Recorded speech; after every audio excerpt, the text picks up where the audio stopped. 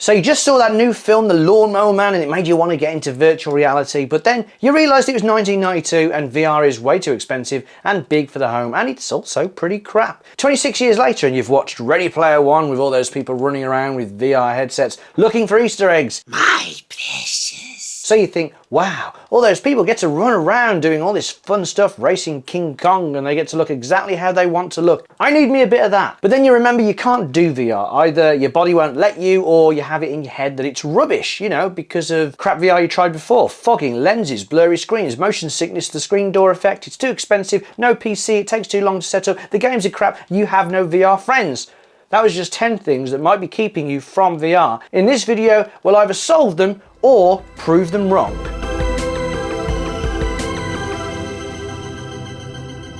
Welcome back to the VRC for your slice of VR and tech. If that sounds tasty, then don't forget it's totally free to subscribe, and if you ding the bell, you will feel epic. Before we start counting down, I'd just like to take a few seconds to talk about VRCover, the sponsor of this video. Don't worry, it's all relevant. If you want to get into VR, then at some point you will be checking out what VRCover have to offer. Since the release of the original Rift, they have been producing some of the best VR accessories, including the thing that made them famous, their super comfortable facial interfaces. Unlike the stock Quest 2 foam, these are wipeable, so you can get them all sweaty and not stink the house down. More on these later. They're also the only brand that make decent Quest 2 halo protectors. If you've been here before, then you will know I love them, and you'll also know how important they are in protecting your controllers. They do loads of other accessories, not just for the Quest, but for other VR headsets too, so check out the link in the description below to see for yourself. I've already reviewed a lot of their products, so if this little sponsored spot is giving you doubts, just check out some of the videos or ask regular viewers in the comment section. I would like to assure you that I will only ever accept sponsorship from brands that I trust and would use myself. VRCover is most definitely one of them. So let's get right into 10 things that have stopped you getting into VR. And number one is your previous bad experiences involving VR. And don't worry, I totally get it. Phone VR, although kind of cool for a while, was generally crap. Resolution depended on the phone, of course, the source, which could have been any old rubbish since the Google Store and YouTube didn't curate their VR content. Anyone could put anything on there, and often it was terrible and looked terrible. Of course, you can still get all that terrible stuff on your PCVR headset or an Oculus Quest, but at least now there are places you can go to gain access to high quality content that actually looks good and is worth your time. I was on holiday a few weeks ago and I found a VR machine in the arcade, and the game I tried was absolutely diabolical. It would have been enough to put me off VR forever if I hadn't tried it before. Apart from the extremely low resolution, there wasn't any head tracking, and there was a weird snake that tried to bite my feet. Ow! Ow! It's whipping me! Trust me that VR has come a long way since phone VR and since that VR game was made.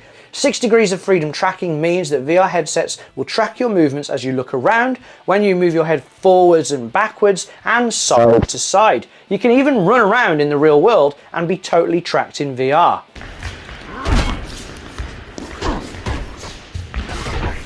This then brings us on to number two, the screen door effect. Very early on, people realised that by putting lenses next to a screen and making that screen fill your entire visual field, high definition was, well, too low. The very first Oculus Rift had a resolution of 640 by 800 per eye. That's only slightly better than 720p. That's not even high definition. The experience at the time was like no other, and it set the ball rolling towards what we have today, but the resolution was low. If you've ever looked really close at your TV, even a 4K TV, though it's harder to see, there's a grid effect because you can see each individual pixel. This grid is what people call the screen door, those rubbish metal doors in front of real doors. Nothing to do with submarines or battleships. It took me ages to realise a screen door was not one of these. Up until even less than a year ago, screen door effect was really noticeable in VR, even at high resolutions like 1440 by 1600 that we see on headsets like the Quest 1 or the Valve Index. The VR hardware people knew that they had to push resolution as high as they could possibly go, and higher they went. The Quest 2 has a resolution of 1832 by 1920 per eye. Not only this, but they used an LCD screen which has even more subpixels than the old Quest screen, resulting in an even sharper display. But what about the black levels? Shh, that's another video. The HP Reverb G2 goes even higher than the Quest, resulting in some truly astonishing VR experiences. Okay, if you really try hard to see it, there might still be remnants of a screen door effect, but it is nothing like it was, and I personally never even noticed it.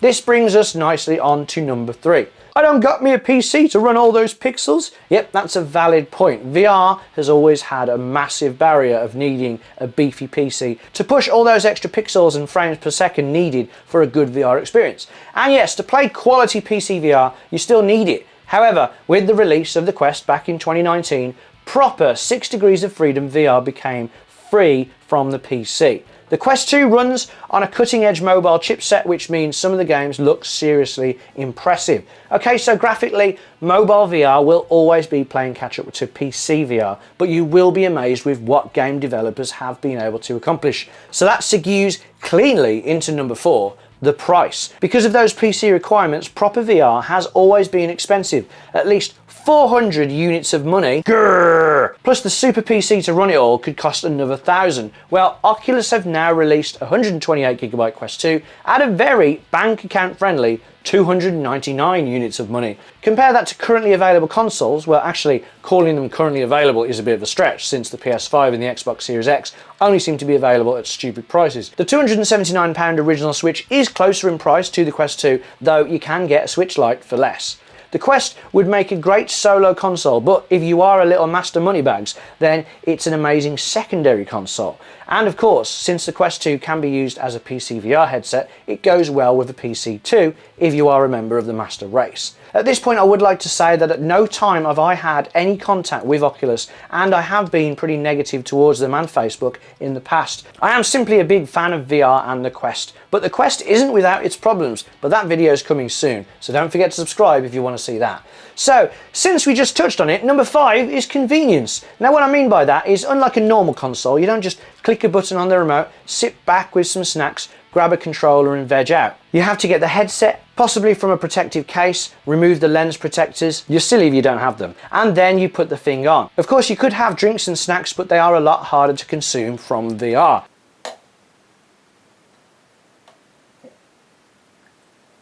I don't really have that much to say about this. I mean, you could use one of these docks to make everything a bit more accessible, but maybe you could even use VR as a distraction from snacks and other fatty foods. That, coupled with the fact that you're probably going to be on your feet, and suddenly VR isn't just an inconvenient way to game, it's actually a healthy way to game. And then if you want to, you can push it a step further and totally wreck yourself. You got this. He's an animal. Okay, so I know what some of you might be thinking. Barrier number 6, you may have a reason why you can't stand up. Sadly, this is going to be a pretty big barrier. All I can say here is that a hell of a lot of VR content can be enjoyed from a sitting position. The last game I reviewed was a sit-down game, and there are many, many more. Actually, many games you'd play standing up can be played perfectly well on a revolving chair. Most games give you the ability to actually adjust your height in game, just in case you're a bit short in real life. So even if you're short in real life, you can be tall in the game. Protect yourself at all times, and what I say, you must obey. Good luck to both of you. Number 7 is a problem which thwarts many a current VR user. I've already done a video on it, as have many other VR content creators, and that issue is motion sickness. It's a sad fact that some people will suffer from it more than others, but if it affects you, then luckily there are ways to reduce it, including walking on the spot as you move forward, turning in real life rather than turning in the game, having a fan on to cool you down, reducing the field of view in game. Most games have settings that do this and they're meant to help with motion sickness, and of course, eating ginger. Have a teaspoon. Great, can't wait. Nom nom nom. Number 8 is a 2-for-1, since they're kind of similar, and again I've done videos on both recently. They are the issues of fogging and blurriness. Fogging is a real issue if it happens to you, since you can't actually see anything when it happens. There are different methods to solve this, such as making sure your lenses are as far away as possible using the glasses spacer that's included with most VR headsets. You can use facial interfaces that have air vents to allow hot air to escape, or using a strap. You can change the strap. I wonder if there's videos about that doesn't pull the headset so close to your face, or at least doesn't have to, unlike, for example, the stock Quest 2 strap. There's also a device that will suck out hot air from inside the headset to reduce fogging. Yes, really, and again, there's a link to it down below. Just like fogging, blurriness can also be a big problem, and it's one that many people complain about. What some people don't realise is that if you don't look through a lens, through what we call the sweet spot in pretty much the middle of the lenses, everything can appear blurry. So you need to make sure the lenses are properly adjusted up and down as well as left and right. To fix up and down, you need to make sure the top strap is adjusted correctly. People still don't seem to realise how important the top strap is, so make sure you spend a bit of time fixing that. Move the headset up and down until the sweet spot is level with your eyes, and then tighten the top strap so it stays there.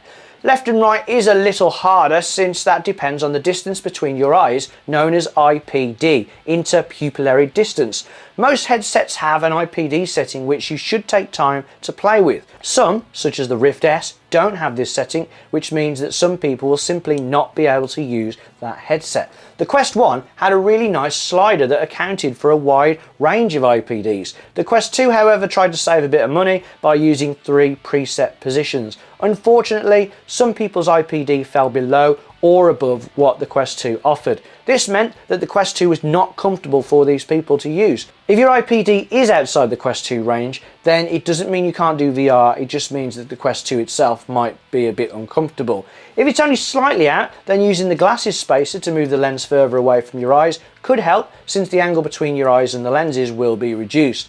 You may want to try a Quest 1, which is still a nice headset, and as of this video, there are still no Quest 2 exclusive games currently released. Also, if you find your IPD falls between the preset Quest 2 settings, you can access 2 more in between settings. I did a video on that too, and the link to that is below. And on to number 9. You've got no VR friends. VR friends! Having no VR friends isn't really an issue. If you play any multiplayer game for any length of time, you're going to make a few friends. But yes, it's always great to get your real life friends involved in VR, so just show them what it's like. Pretty much everyone I've shown it to loves it, and there's a whole host of benefits that can convince a big range of people. In fact, I made a video about converting your friends and family to VR and convincing your parents to buy it for you. If you're a kid. This isn't aimed at kids, but I know they exist. Link to that video is below, wink wink, and remember, most of the characters in Ready Player One didn't know each other in real life. But if you are a kid, then be careful because online safety is important. Don't go meeting people IRL without a gang of bodyguards. And finally, number 10, and number 10 is a big one. You might not be getting into VR because you think there's a lack of content. Yes, you can't play FIFA in VR, there's no official VR Grand Theft Auto, Red Dead or Call of Duty, and there's no Fortnite. Is that still a thing? True, when it comes to the big franchises, there aren't too many in VR. There are some, such as Project Cars, Half-Life, Alyx, Minecraft, Medal of Honor, and many are on the way. Think Resident Evil and Assassin's Creed. And as VR gets bigger and bigger, more big franchises will make the switch. But even without these franchises, trust me, there are many fantastic VR games. However, we are still waiting for the Ready Player One style metaverse where you don't have to look like a wee me. To be totally fair, on the Quest platform, I would like to see a lot more of the kind of game that you could play for hours and hours, like a bigger choice of MMOs or games similar to Rust. But not Rust, because I really don't want to live in VR. Leave me alone! Go away! And that's 10, but since VR Cover are sponsoring this video, I'm going to give you one more bonus barrier. That is the horrible sponge interface of the Quest 2 and many other VR headsets.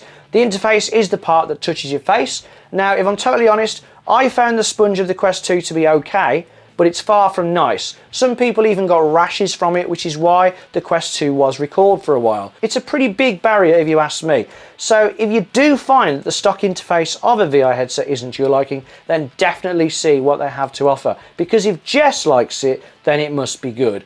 And that's it. 10-ish barriers to VR and how to beat them. I'm sure you guys can think of a lot more, so if you have any more barriers or different ways to beat the ones I've mentioned, then do let us know in the comments. Thanks for getting this far, you are my MVPs. Let me know if you're an MVP in the comments. Thanks for watching, and if you aren't already, don't forget to subscribe. If the video helped or entertained you, then hit that like button. Take care of yourselves, and hopefully I will see you next time. See ya!